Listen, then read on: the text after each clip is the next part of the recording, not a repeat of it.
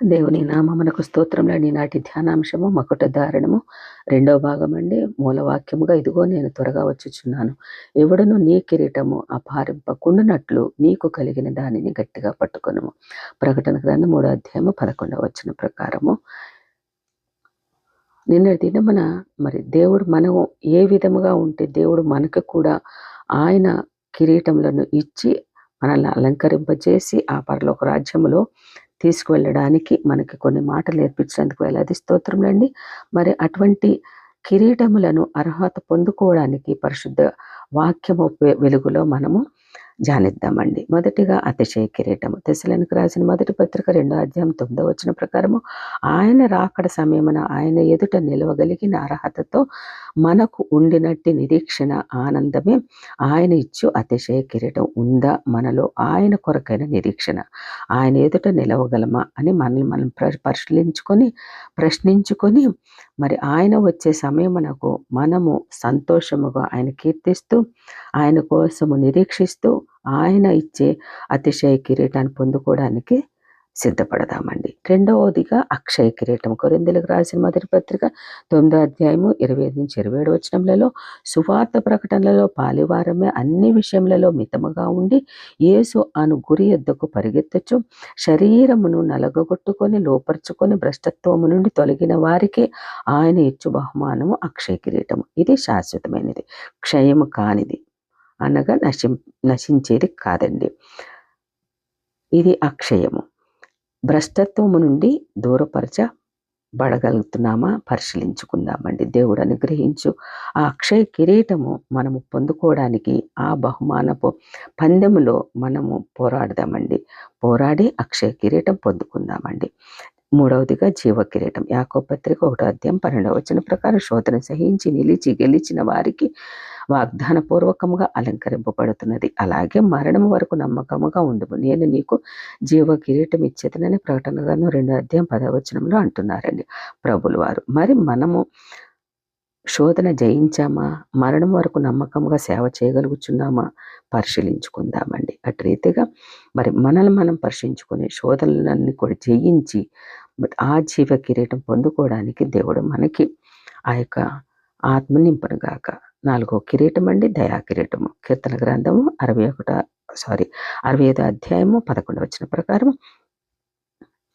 మన దేవునికి స్తుతులు మొక్కుబళ్ళు చెల్లిస్తూ ఆయన ఆవరణంలో నివసించినట్లు ఆయన ఏర్పరచుకున్న వారికి ఎన్నో ఆశీర్వాద వర్షాలు ఇస్తూ సంవత్సరం మన దయాకిరీటంను ధరింపచేస్తానన్నారు ఆ ఘనుడు, ప్రేమ పూర్ణుడు, మహోన్నతుడు.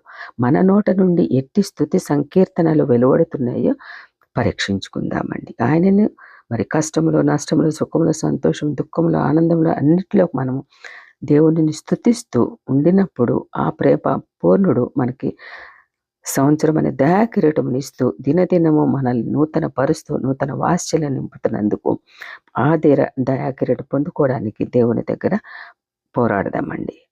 అదేవిధంగా నీతి కిరీటం 5వదండి. తిమోతిలకు రాసిన 2వ పత్రిక 4వ అధ్యాయం 7-8 వచనములలో ప్రభు కొరకు ఆయన పని కొరకు మంచి పోరాటం సల్పి పరుగు కడముట్టించి విశ్వాసం కాపాడుకొని దైవ ప్రత్యక్షతను అపేక్షించు వారికి అనుగ్రహింపబడే కిరీటము నీతి కిరీటం అండి. పరిశుద్ధ పౌలు వలె మంచి పోరాటము సల్పగలమా? ఆయన్నే ఆదర్శంగా తీసుకొని ఉపేక్షమాని ప్రభువు ప్రత్యక్షతను ఆపేక్షించుకుందామండి. మరి పౌలు గారు మంచి పోరాటము పోరాడి తిని నా పరుగు కడముట్టించిదని చెప్పినారు. కాబట్టి మనము ఆధ్యాత్మికంగా ఆత్మీయంగా దేవునిది యొక్క అప్పగించిన పనిలో మనము పోరాటం సలిపి పరుగులు పెట్టి మరి మనము కూడా మరి మంచి పోరాటము పోరాడాము ఆ యొక్క కిరీటమును పొందుకుంటానికి అని మనము పౌలు వల్లే చెప్పగలిగి మరి ఆ పోరాటంలో మనము దేవుని దగ్గర బహుమానం పొందుకుందామండి. 6వదిగా పరిశుద్ధ కిరీటము.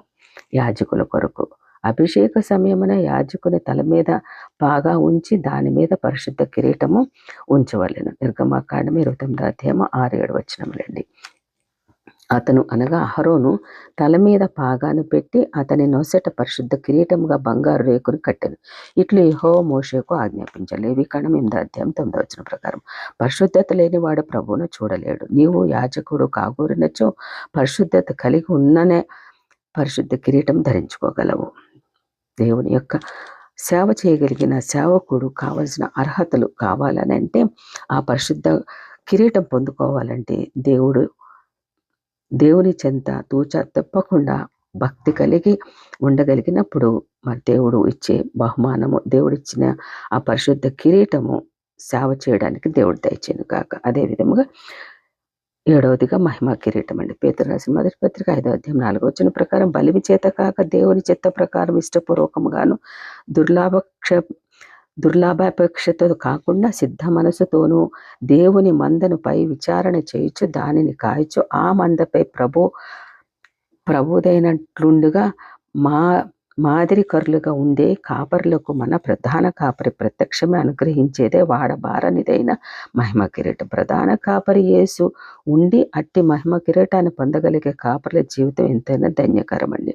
మందకు మాదిరిగా ఉండాలి కదా. మరి ఇవి మాత్రమే కాదు, యెహోవా యందలి భయభక్తులు జ్ఞానానికి మూలము అనే మౌలిక సూత్రాన్ని అనుసరించి అట్టి జ్ఞానాన్ని సంపాదిస్తే అది ప్రకాశమానమైన కిరీటం అవుతుందండి. సామెతల గ్రంథం 4వ అధ్యాయం 9వ వచనం ప్రకారం ఆయన చేసిన ఉపకారంలో దేనిని మరొక యెహోవాను సన్నతించగలిగితే కరుణ కటాక్షంలో నీకు కిరీటంగా ఉంచుతానన్నారు. కీర్తన గ్రంథం 103వ అధ్యాయం 4వ వచనం ప్రకారం భర్తకు యోగ్యురాలు కిరీటంగా ఉండనన్నారు. సామెతల గ్రంథం 12వ అధ్యాయం 4వ వచనం ప్రకారం కుమారులకు కుమారులనిచ్చు దీవెన మరొక కిరీటం. సామెతల గ్రంథం 17వ అధ్యాయం 6వ వచనం ప్రకారం నెరసిన తల అనే సొగసైన కిరీటము ఇంకొక విచిత్ర కిరీటము అలంకరింపచేస్తానన్నారు. సమస్త జనులను ఏలనే ఉన్న మగ శిశువును కనిన ఆ తల్లి అనగా ఒక స్త్రీ.